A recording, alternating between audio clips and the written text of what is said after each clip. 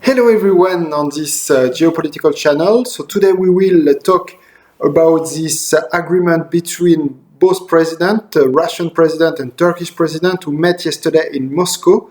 So they came into an agreement which entered into force yesterday night at midnight on 6th of March. So this agreement forces a full ceasefire, which prohibits Syrian army and Turkish army to lead any airstrikes. So in this video, we will raise the question: will this ceasefire is just a lasting ceasefire, or just a tactical ceasefire where both parties will try to gain some time? We will try to answer to this question in this video.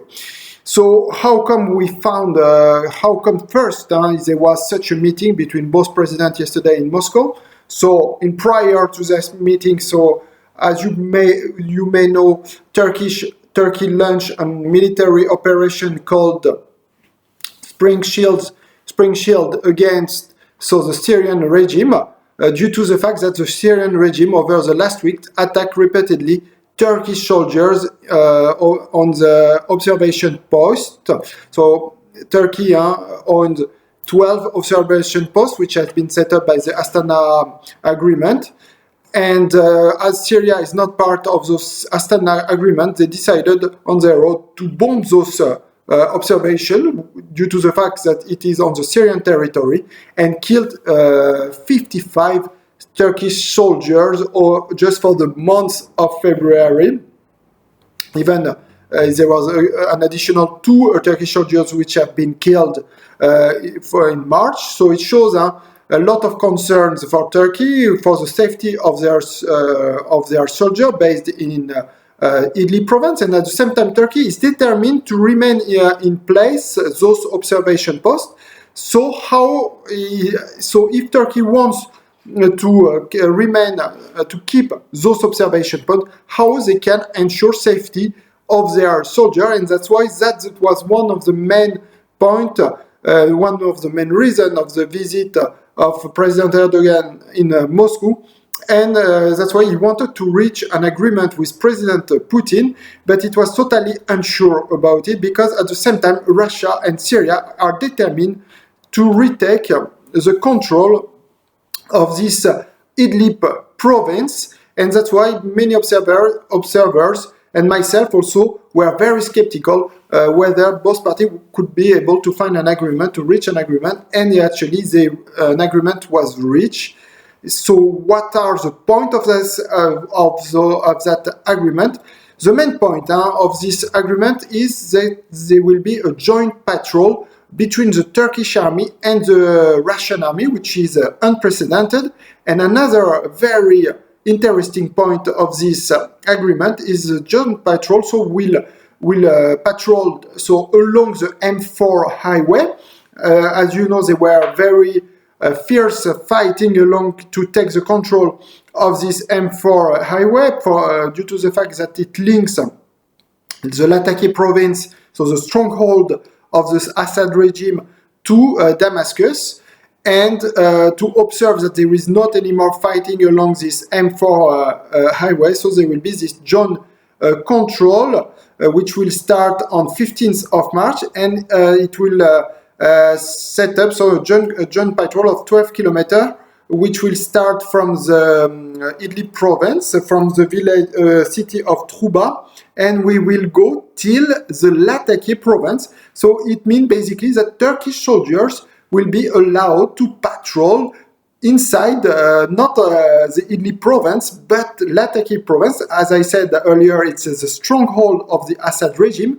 It's the only province which did not revolt against the Syrian regime, and now those soldiers will be patrolled. So that it raises the question how the Syrian regime will react to that sticky point of the agreement. Probably, I'm sure, it will show some signs of nervousness to see that its sovereignty is totally violated, and that's why it's probably one of the main points of the agreement that shows that we can be very skeptical about that this agreement will be lasting, and probably it is probably much more tactical agreement than a lasting, durable agreement.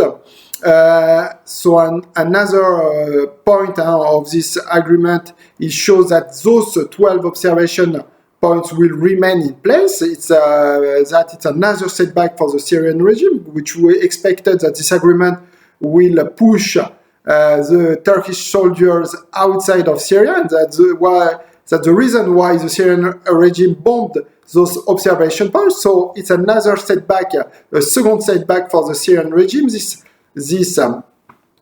agreement. The third setback, that this agreement does not refer to any disarmament of Syrian opposition combatants. So also the Syrian regime expected that, but probably due to the fact that the offensive of the Turkish army gained some leverage, Russia probably was not, let's say, in a total strong position to impose the terms of this agreement, and probably had to concede, let's say, to make some concession towards Turkey to reach this agreement. Otherwise, Turkey was also determined to continue the offensive of the Spring Shield, and in case that Russia did not make any concession. However, there were also some setbacks for Turkey, we have to say, because the main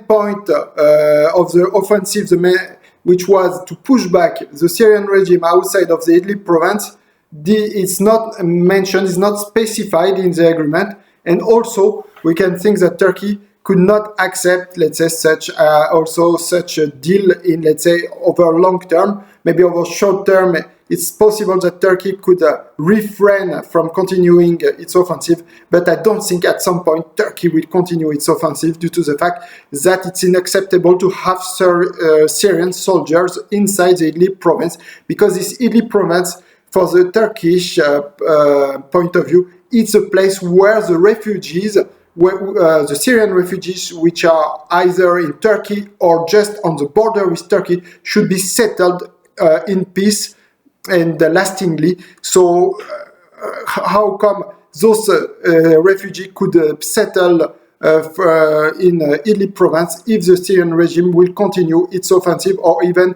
as just stop its offensive and continue keeping those territories that it gained over the last week? Because currently it controls around 50% of this Idlib province. So it means that those 3 million people are living in just the remaining 50%, which is so it means that it's too densely populated to live in such a way, and that's why we can think that it's not durable, that Turkey could not accept over long term such agreement. So that's why, in my opinion, my point of view is that this agreement is just a tactical one. Both parties try to gain some time, especially Turkey trying to gain some time, because while the President Erdogan was negotiating in Moscow with his counterpart Putin, at the same time the US envoy for Syria, Mr. Jeffrey, was in Istanbul to talk about the US assistance over Patriot, which could be deployed over the next days, and which could be a major,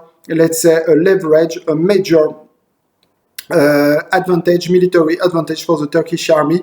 And once those, let's say, Patriot will be deployed, we can imagine that Turkey could think, let's say, could think about resuming the offensive that is started last Sunday. So that's why I'm very skeptical about a durable agreement. Even I'm sure it will not last more than 1 or 2 weeks before the Turkish offensive or the Syrian regime offensive, because both parties have, let's say, reasons to continue their offensive. So that's why we will continue following up the situation in the Idlib province in this geopolitical channel over the next days.